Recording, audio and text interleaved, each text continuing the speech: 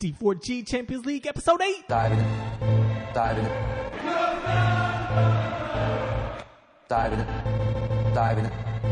What do we get bottom?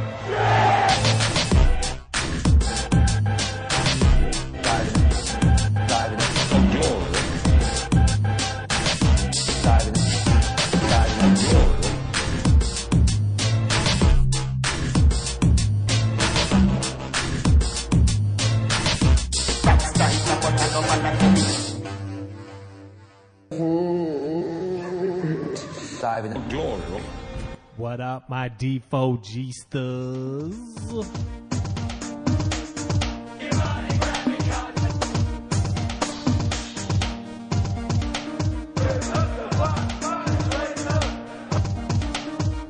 Hasta la vista, baby.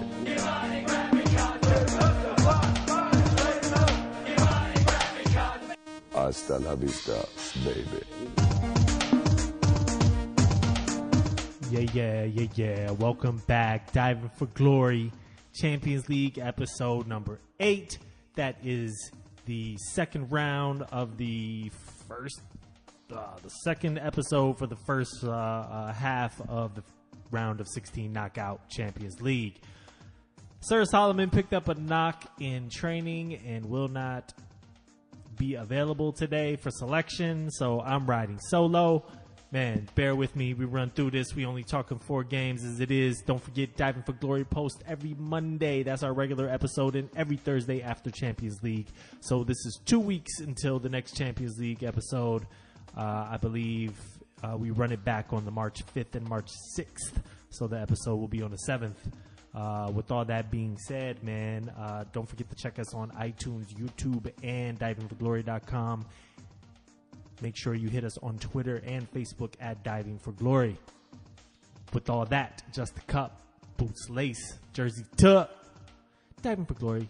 Here we are. Fuck all that. Let's roll. All right. So I'm going to start you off in the order that it happened. And that would take us to Olympic Lyon hosting Barcelona. Fascinating game here. And I think Lyon will be ecstatic not to have given up an away goal. This game ended 0-0. Lyon without Nabil Fekir, arguably their best player. He was out on suspension. And for Barcelona, they trotted out a pretty strong team here. I mean, you know, the usual suspects, Rakitic, Busquets, Messi, Suarez, Dembele started this game. Still a little weak here in defense. We're looking at Lenglet, Piqué in the back, Semedo as well. Just as they mentioned, Samuel Umtiti was on the bench for this game. Did not play, but it's good to see his name back in the lineup. With all that being said, man, Barcelona should actually, considering what they did as far as like possession and total shots, not that they should even feel hard done here, because I think when it's all said and done, man, Lyon had more than enough chances, man. They had some really nice shots on goal, even though there was only 2. But, I mean, there was a couple that hit the post, I believe. Yep, hit the woodwork. Ter Stegen was the motherfucking man in this match. Let me tell you who was not the man in this match. Mr. Chewy himself, Luis Suarez. Awful performance. You could visibly see Lionel Messi's frustration with his South American compatriot. Dembele had a nice game in his first game. The first game starting in a while, but could not finish anything, man. Had some really nice attempts on goal. Messi did too. I think Busquets actually had the best attempts out of Barcelona. That kind of explains where they were at in this game. Suarez missed a few opportunities. I mean, right in front of goal, man. But just to put this in perspective, 64% possession for Barcelona, 25 total shots, but only 5 on target, only 2 big chances. They hit the woodwork nil times. 11 of those shots were inside the box, so just misfiring here. And I promise you, man, it's up for grabs in my opinion. I watched Lyon maybe not walk into, but they certainly beat City nice in that first game. I can't remember if it was at the Etihad, but they beat Manchester City solidly, and I don't see why there's any reason why they can't do Barcelona in the same manner. Traore is nice. Depay had a nice little attempt here. Moussa Dembele, their Dembele was nice. I mean, it's not like they don't have players here. They certainly do. And like, at that point, a 1-1 gets them through. A 2-2 gets them through. Any draw that involves goals gets them through. But, you got to figure Barcelona's the favorite going back home. All they need is a victory. A 0-0 draw will push it to, I believe, extra time and then penalties. I'm not sure if they're still doing extra time this year. They like to switch up rules in the fucking middle of, competitions. But we'll touch on that a little bit later in Wednesday's games. But lastly, in Tuesday's games, we're going to move along here to Liverpool Bayern Munich. Tuesday saw Champions League yield 0 goals, as again, this draw finished 0-0. I am pretty sure that Bayern will take this. However, again, they should feel hard done not to have grabbed an away goal. Liverpool are definitely disappointed. 15 total shots here, only 2 on target, but that was mainly because Mr. Sadio Mane was misfiring off target. They did have 3 big chances. They missed 3 big chances. Just a tough game for Liverpool. And when you consider what Liverpool did last year against City and Roma and just kind of blitzkrieg, for lack of a better German word, blitzkrieg City and Roma, Liverpool just basically ended the tie in the first leg. That is not the case here. So going back to Germany, Allianz Arena, you are definitely at least susceptible to getting beat. This is by no means a gimme, but in my personal opinion, watching this game, like, Liverpool were the better team. Bayern struggled a little bit to create much, just because it just doesn't feel like they had, it just doesn't feel like they have those type of creative players. There was no Thomas Müller in this game. He's suspended for 2 matches, actually, so he will not be in the return leg, as he delivered a kick to the grill in the last group stage game, in the Ajax game. James Rodriguez, although a good rating, was largely, I don't know, man. He played all right. He had some good defensive moments, actually. Lewandowski just couldn't get involved. I thought Gnabry was, hit or miss. I really liked a lot of what he was offering, but it seems like, he just lacks a little bit in that final decision making. I don't know, just the consistency, actually, because some of his passes were on point. It just didn't have enough attackers in there to meet up with the balls that he was putting in the box. Defensively, though, you have to say, under much pressure all year, Neuer, Hummels, Sule, they played awesome in this matchup. Sule really didn't even move, man. He was just a fucking tree. Big dude, sat there. Hummels made some nice tackles. Kimmich, let's note that he picked up a yellow and will miss the next round. That is really tough for them. Frank Ribery came on late for Kingsley Coman, offered a little bit of pizzazz, but not enough. I'm expecting to maybe even see him start the return leg, play 60 minutes or whatnot. No Shaqiri in this game. For some odd reason, he took out Firmino and put in Origi, who was Origi. Just whatever, man. Milner came on late. As far as Liverpool is concerned, Jordan Henderson was the man of the match for them. He just balled out. Let me also mention, in that last game, you would have to give man of the match. I think I did mention Ter Stegen for the Barcelona-Lyon game. But in this game, Jordan Henderson was off the hook. I felt like Fabinho was awesome in the center back position due to Virgil van Dijk being out for suspension, as well as Dejan Lovren and Joe Gomez being out through injury. Andrew Robertson was getting abused pretty much all day today, or that day, and I thought Trent Alexander-Arnold played solid as well. Mo Salah lacked a little bit, in the final third, and so did Mane, man. He's like in the perfect positions, and if he just could have finished 1 or 2, this would have been a different scenario. So let's see these statistics as mentioned. Yeah, I mean, pretty even on ball possession. Bayern sat back, man. They really didn't have the initiative in this game, although they did. They were like one pass away from actually creating some chances. So we'll see how that plays out.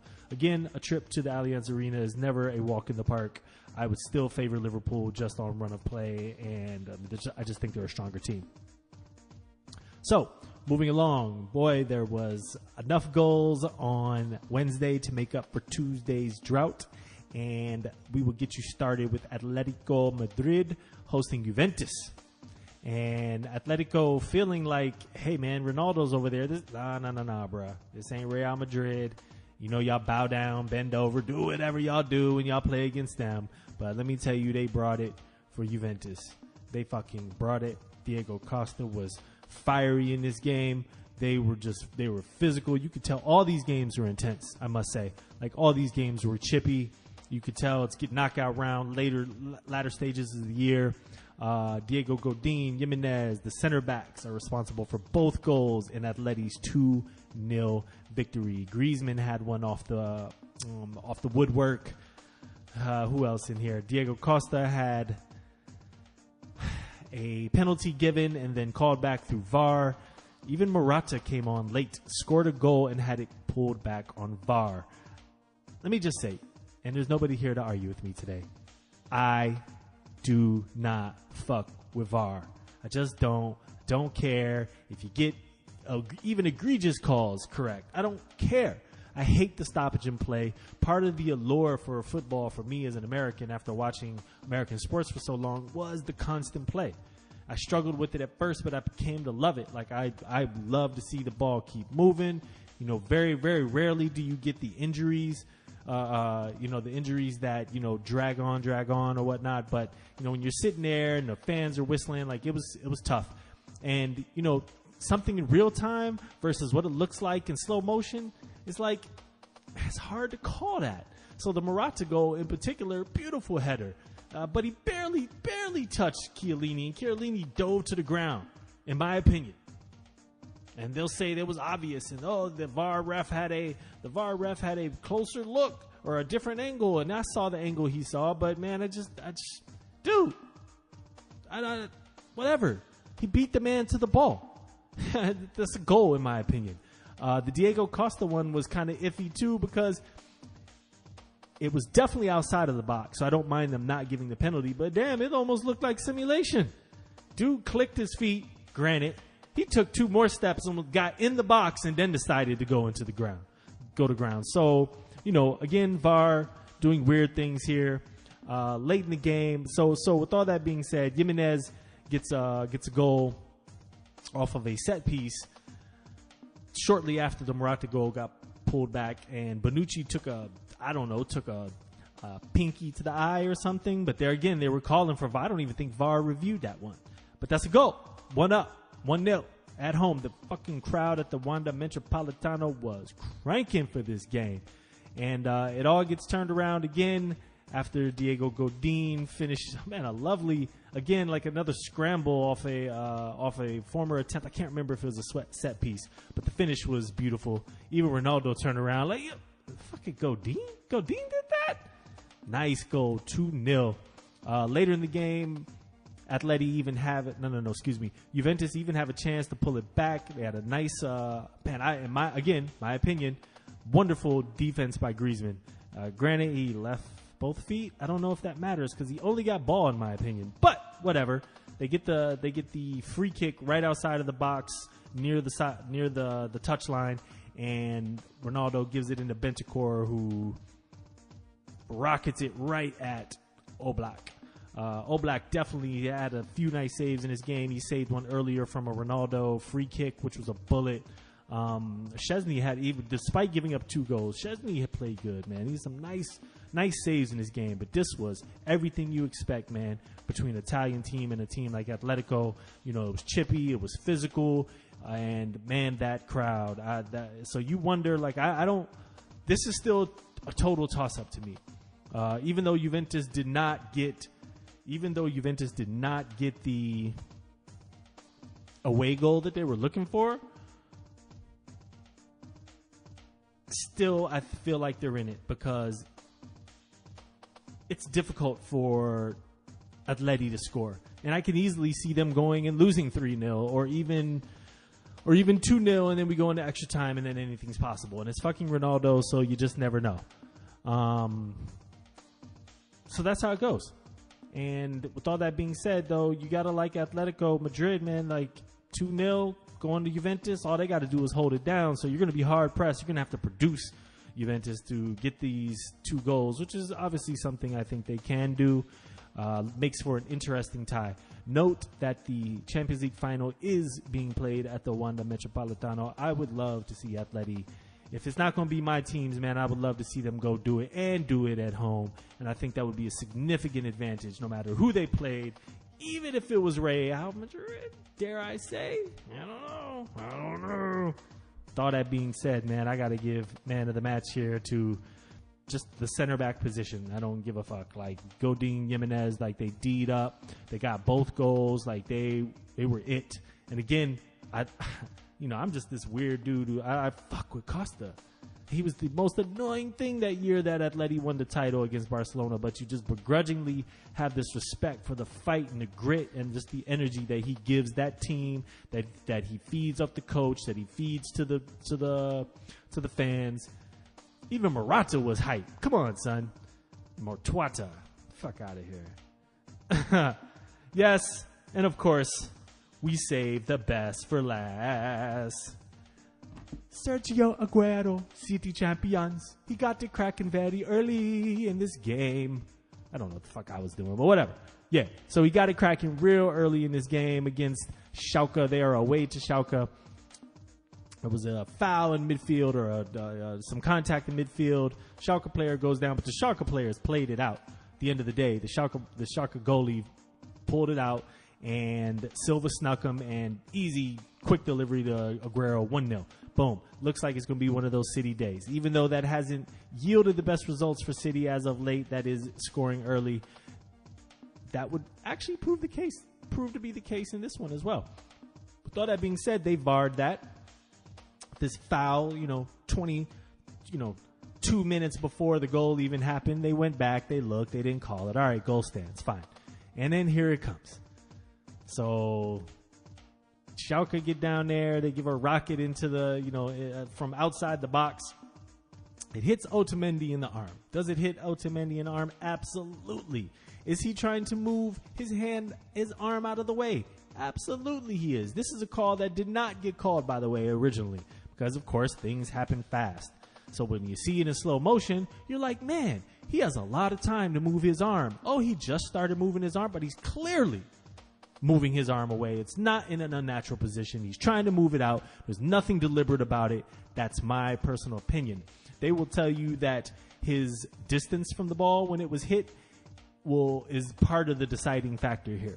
Yellow card, penalty given. Bentaleb, formerly of Tottenham Hotspur, wraps it up. Goal. 1-1 City. No, 1-1 even. Here we go. It is what it is. I don't know, man. It couldn't have been 10, 15 minutes later or something. Set piece again. They kick it into the box, and there's little hip love, little hip hugging from Fernandinho and Sula. I forgot what the guy's name. He's another Sane, I think, on Schalke. A little hip love, and they click heels, and he falls to the ground. And of course, they go begging to the ref again. VAR it. And he called the penalty in his defense on this one. So he definitely did that, and they went to VAR, and they upheld it. Gave Fernandinho a yellow card and the penalty. Fernandinho will miss the next match, which, in my personal opinion, is probably a good thing because Pep has played him in every single fucking game anyway. So if you got to force to rest him, you got to rest the dude, man. He can't play every game. He can't play the FA Cup tie and the EFL Cup and the fucking Champions League match and he's in a position that he's so important.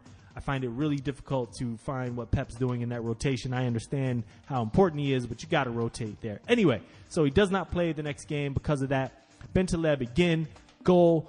Schalke are up 2-1 going into halftime.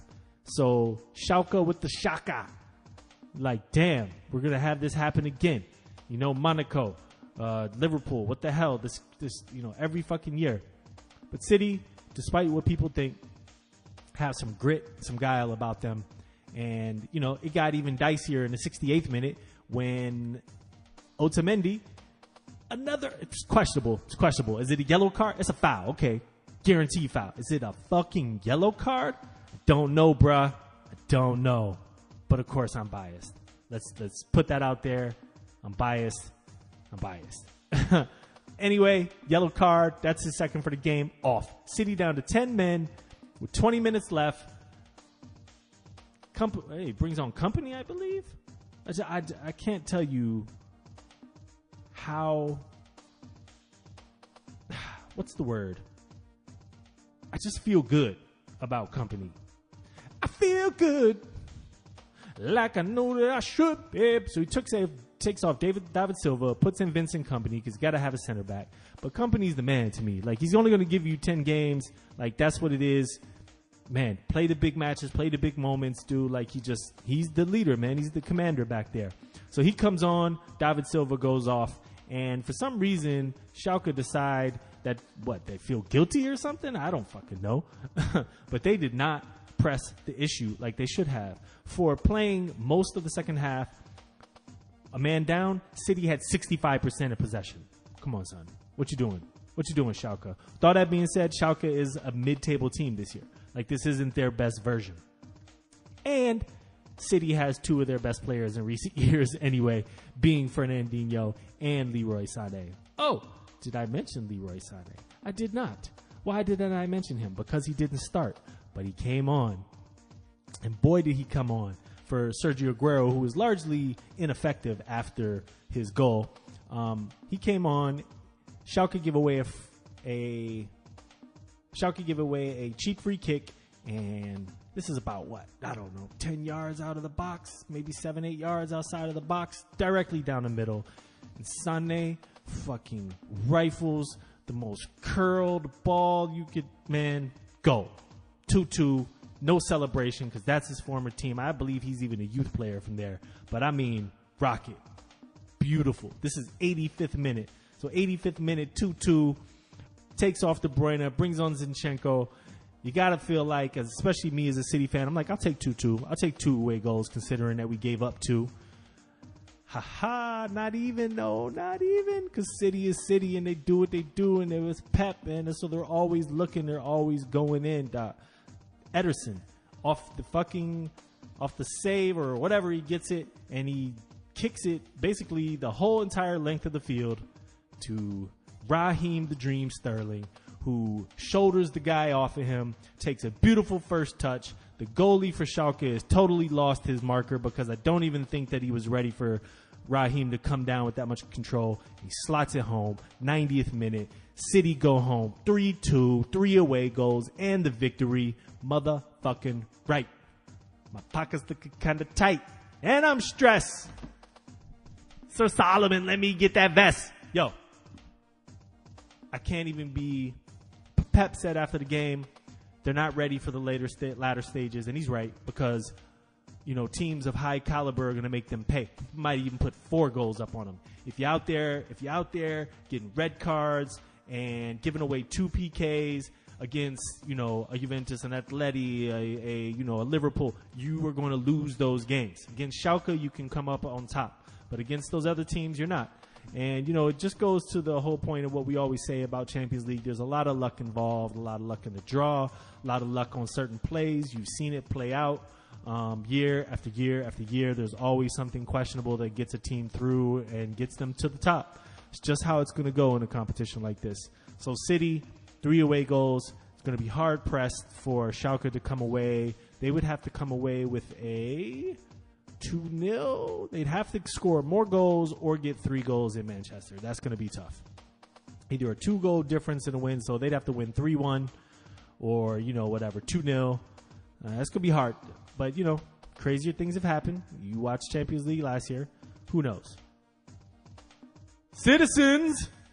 With all that being said, let's go ahead and say due to the week here, due to the round even.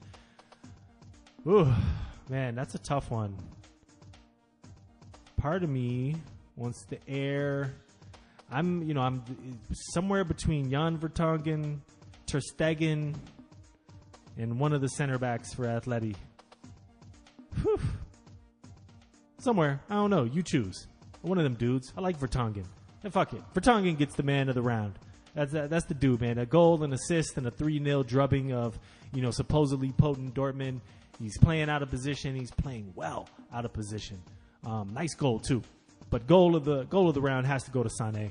Sick free kick, man. Please check it if you haven't. That's how it rolls, man. With all that being said, that match is in the books. Holla holla to Sir Solomon. This is Corsiola signing off. Don't forget, Diving for Glory every Monday, every Thursday for Champions League episodes after the Champions League games. We post on iTunes, YouTube, and divingforglory.com. Don't forget Facebook, Twitter, at Diving for Glory. Don't forget 5 stars on iTunes. Be much appreciated. Holla at us, man. Get at us. Do what you do, man. Corsiola signing off. Diving. What do you think it's called? Diving.